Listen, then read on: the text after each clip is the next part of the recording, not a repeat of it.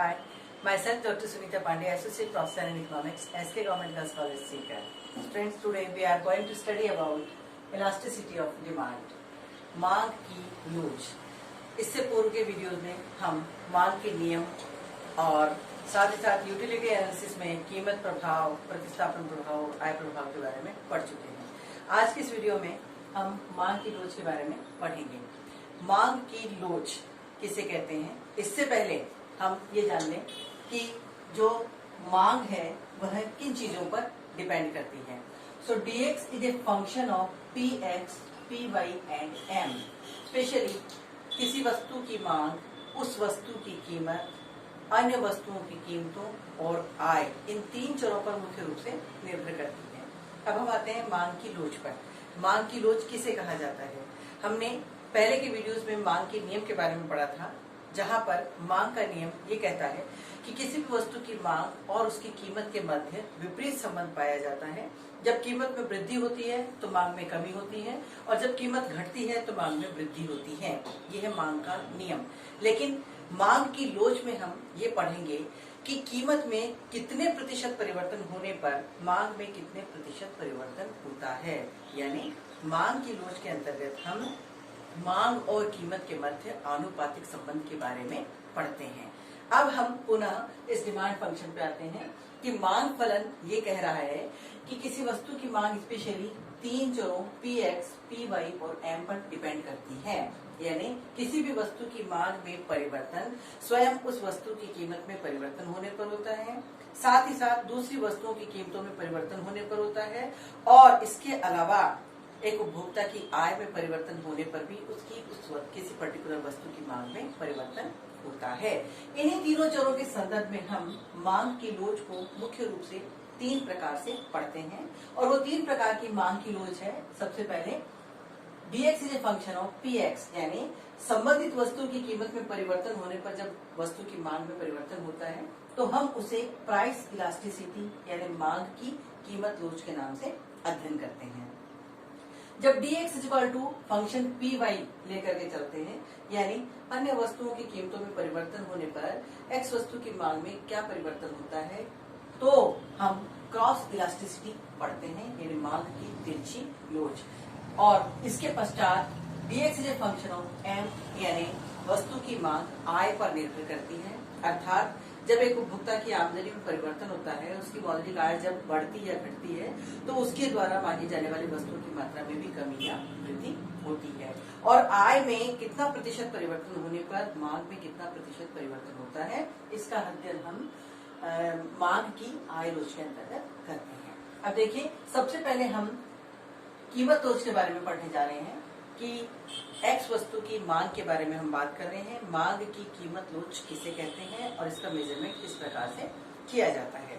तो मांग की कीमत लोच की डेफिनेशन जो है मैंने आपको अभी भी बताई है कि मांग और कीमत के मध्य जब आनुपातिक संबंध को देखा जाता है तो वह मांग की कीमत लोच कहलाती है।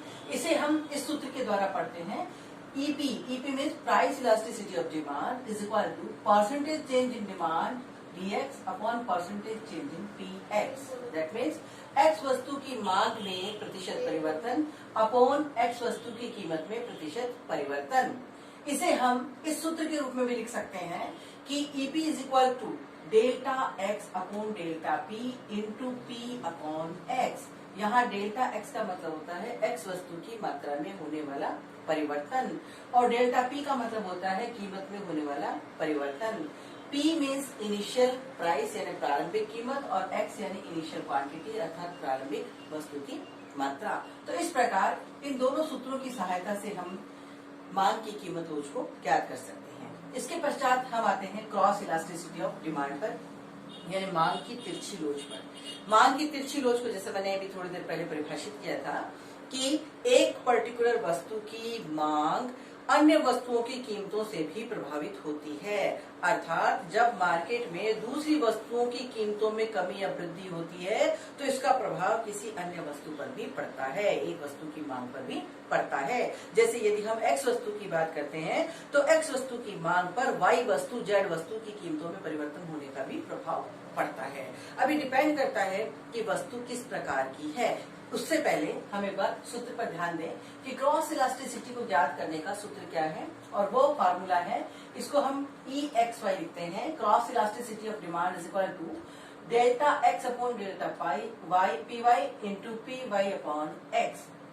डेल्टा x मीन्स x की मात्रा में होने वाला परिवर्तन, डेल्टा PY मीन्स y वस्तु की कीमत में होने वाला परिवर्तन, PY यानी y वस्तु की इनिशियल प्राइस एंड x यानी x वस्तु की इनिशियल क्वांटिटी। अब ध्यान देने की बात यह है कि क्रॉस इलास्टिसिटी ज्ञात करने के लिए हमें वस्तु की श्रेणियों के बारे में भी पता होना जरूरी है। वस्तु की 3 प्रकार की श्रेणियां हैं।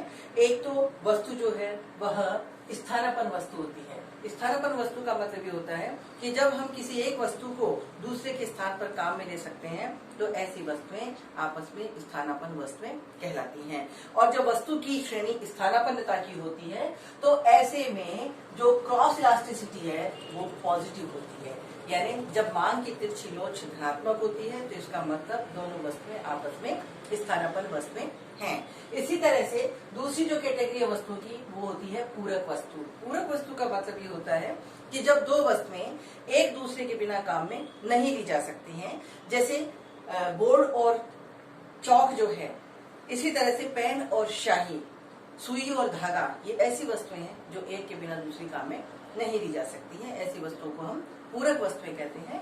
तो जब वस्तुओं की कैटेगरी पूरकता की होती है, जब वस्तुएं आपस में पूरक होती हैं, तो ऐसी स्थिति में मांग की तिरछी लोच नेगेटिव यानी ऋणात्मक होती है। अर्थात जब मांग की तिरछी लोच का मान ऋणात्मक होता है तो इसका सीधा सीधा अभिप्राय ये होता है कि हम जिन दो वस्तुओं की मांग की लोच ज्ञात कर रहे हैं या तुलना कर रहे हैं वो दोनों वस्तुएं आपस में पूरक हैं। थर्ड नंबर पे आती है स्वतंत्र वस्तु यानी इंडिपेंडेंट गुड्स। जब मांग की तिरछी लोच का मान 0 होता है, जब क्रॉस इलास्टिसिटी कैलकुलेट करने पर जो रिजल्ट आता है वो 0 आता है, 0 आता है, तो इसका मतलब हम जिन दो चीजों की बात कर रहे हैं वो स्वतंत्र है, यानी एक वस्तु दूसरी वस्तु से बिल्कुल अलग है। एक वस्तु की कीमत का दूसरी वस्तु की मांग पर कोई प्रभाव नहीं पड़ रहा है। तो इस तरह आपने देखा कि क्रॉस इलास्टिसिटी में हम वस्तु की अलग अलग कैटेगरी को ध्यान में रखते हुए मांग की तिरछी लोच को ज्ञात करते हैं। इसी तरह से फाइनली हम पहुंचते हैं इनकम इलास्टिसिटी पर, मांग की आय लोच। और मांग की आय लोच का जो फार्मूला है वो है EY denotes income. Elasticity of income elasticity of demand is equal to percentage change in demand upon percentage change in income. अर्थात मांग में होने वाला आनुपातिक परिवर्तन अपॉन आय में होने वाला आनुपातिक या प्रतिशत परिवर्तन। तो इस तरह ये तीनों डेफिनेशन विद फार्मूला आपने पढ़ी, देखी कि हम किस प्रकार से मांग की कीमत लोच, तिरछी लोच और आय लोच को ज्ञात करते हैं।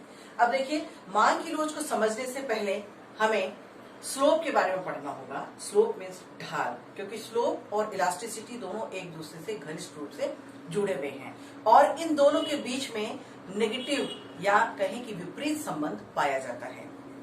तो इलास्टिसिटी को पढ़ने से पहले हम स्लोप को पढ़ते हैं। किसी भी वक्र का ढाल ज्ञात करने के लिए हम एक पर्टिकुलर फार्मूला काम में लेते हैं और वो फार्मूला होता है स्लोप इज इक्वल टू ढाल बराबर लंब बटे आधार, यानी slope is equal to perpendicular upon base.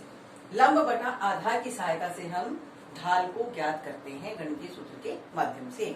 अब यहाँ हम शुरुआत करते हैं इस रेखा चित्र से। इस डायग्राम में, डायग्राम नंबर 1 में आप देख रहे हैं कि यहाँ इसमें एक जो हमने ये रेखा चित्र दिया है, इसमें एक सीधी पड़ी हुई रेखा हमें दिखाई दे रही है। हमें इस रेखा का ढाल ज्ञात करना है और इसका ढाल ज्ञात करने के लिए हमें जो सूत्र काम में लेना है वो है लंब बटा आधार। यहाँ आपको दिखाई दे रहा है कि आधार तो बहुत है परंतु लंब 0 है, यानी 0 अपॉन नीचे हमने काल्पनिक मान ले लिया इसका 5। तो 0 बटा 5 यानी 0 में जब 5 का भाग दिया जाएगा तो भागफल आता है 0। दैट मीन्स कि ये जो रेखा है इस रेखा पर ढाल की मात्रा 0 है।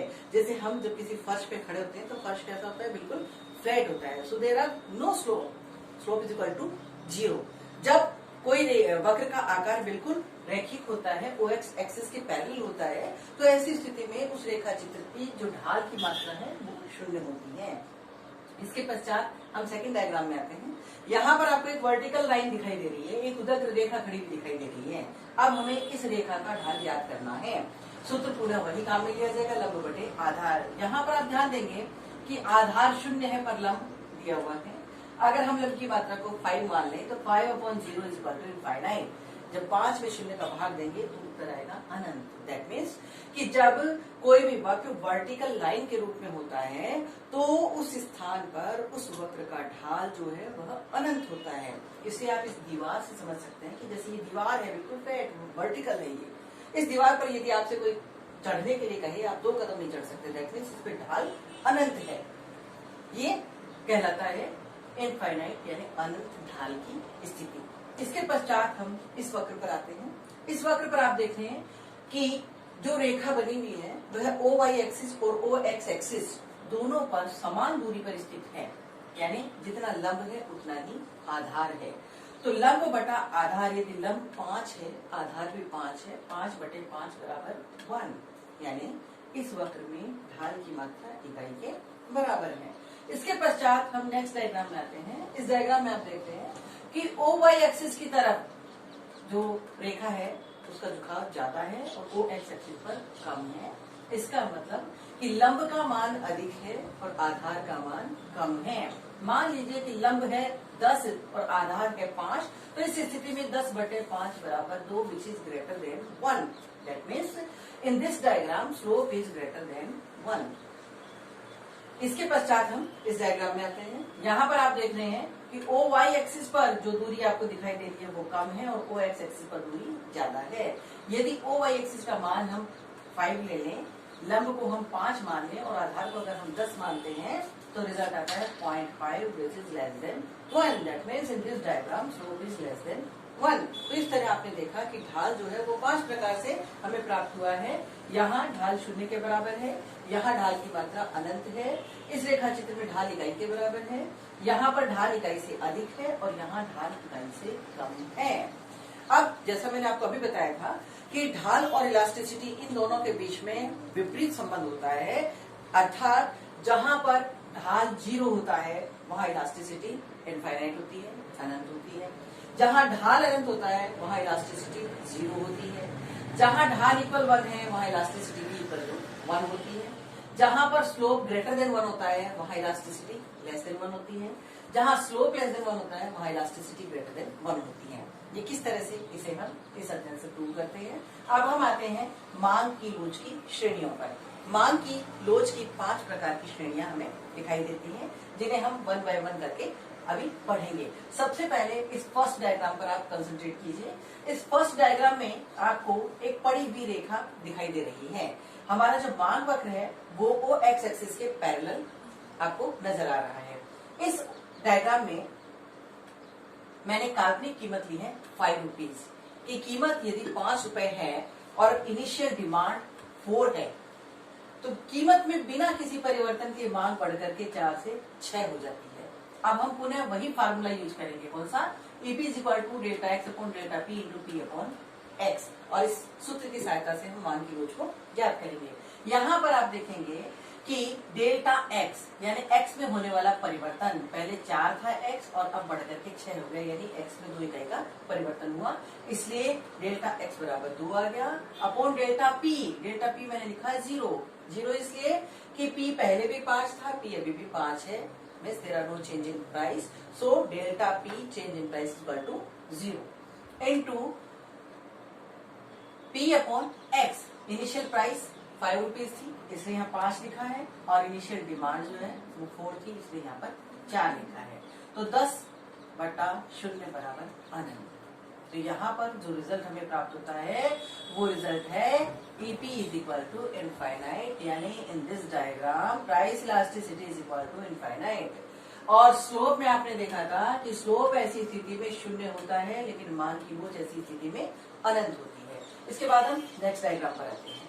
इस नेक्स्ट डायग्राम में जो डिमांड कर्व है वो हमें वर्टिकल दिखाई दे रहा है, एक सीधी उदग्र खड़ी रेखा के रूप में नजर आ रहा है।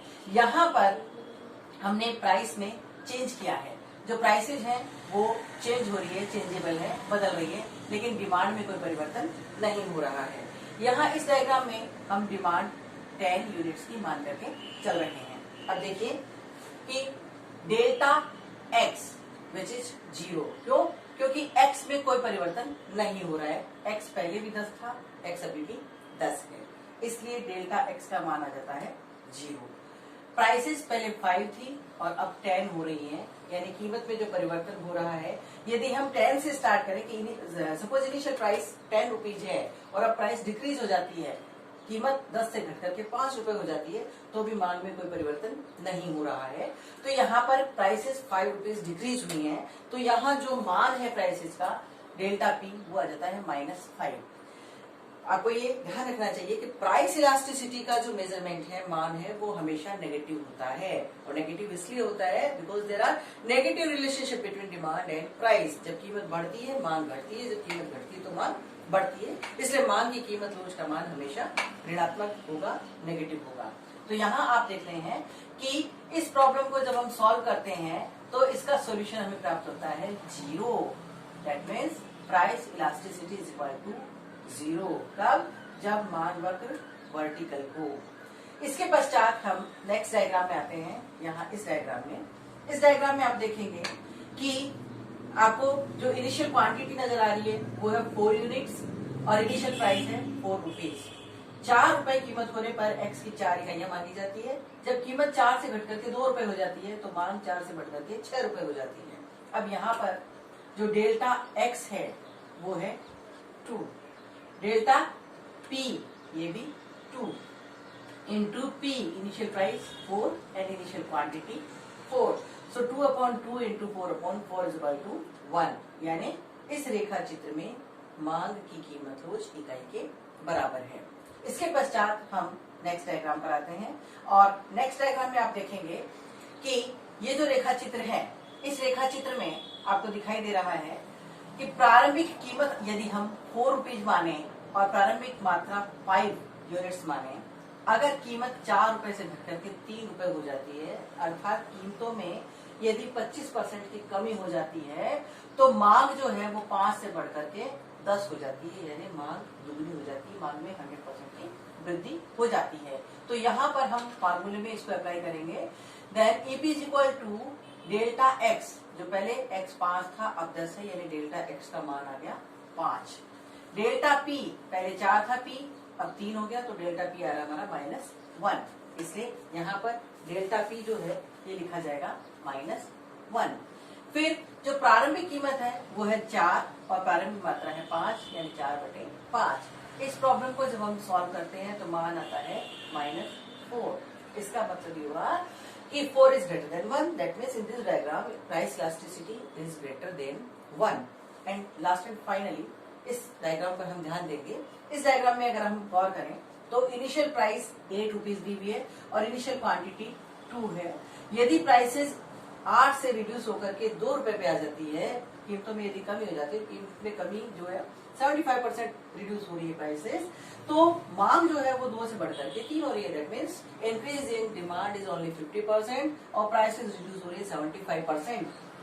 इसे जब हम फार्मूले में फीड करेंगे तो आप देखेंगे कि डेल्टा एक्स जो है वो है 1, लेकिन डेल्टा पी -6 है। इनिशियल प्राइस 8 रुपीज है और इनिशियल क्वांटिटी 2 है। इस प्रॉब्लम को जब हम सॉल्व करते हैं तो हमें जो रिजल्ट मिलता है वो है -0.66 which is less than 1। So in this diagram price elasticity is less than 1। तो इस तरह आपने देखा कि मांग की लोच की 5 श्रेणियां हमें दिखाई देती हैं। इन 5 श्रेणियों में से ये जो 2 श्रेणियां हैं, यानी whether price elasticity is infinite and price elasticity is 0, ये दोनों ही स्थितियां अव्यवहारिक स्थितियां हैं। अर्थात व्यवहारिक जगत में ना तो कहीं मांग की लोच पूर्णतया लोचदार दिखाई देती है और ना ही पूर्णतया बेलोचदार दिखाई देती है। कहने का मतलब ये है कि कभी ऐसा नहीं होता है कि कीमत में बिना किसी परिवर्तन के मांग में बहुत अधिक परिवर्तन हो जाए, और कभी ऐसा भी नहीं होता है कि कीमत में बहुत अधिक परिवर्तन हो जाए और मांग में बिल्कुल भी परिवर्तन नहीं हो। तो इस तरह की स्थितियां व्यवहारिक जगत में विद्यमान नहीं होती है, इसलिए EP is equal to 0 and infinite ये दोनों अव्यवहारिक स्थिति है। और व्यवहारिक रूप में EP is equal to 1, E is greater than 1 and E is less than 1 की स्थितियां देखने को मिलती हैं। ये जो 3 श्रेणियां हैं, इन तीनों श्रेणियों को इसको हम EP इज इक्वल टू 1 यानी इकाई के बराबर जो मांग की लोच होती है, इसको हम लोचदार मांग कहते हैं। Whether EP is greater than 1 तो यह अत्यधिक लोचदार मांग कहलाती है। And whether EP is less than 1 तो यह अत्यधिक बेलोचदार मांग कहलाती है। तो आज आपने मांग की लोच की परिभाषा और मांग की लोच की विभिन्न श्रेणियों और स्वरूप के बारे में पढ़ा।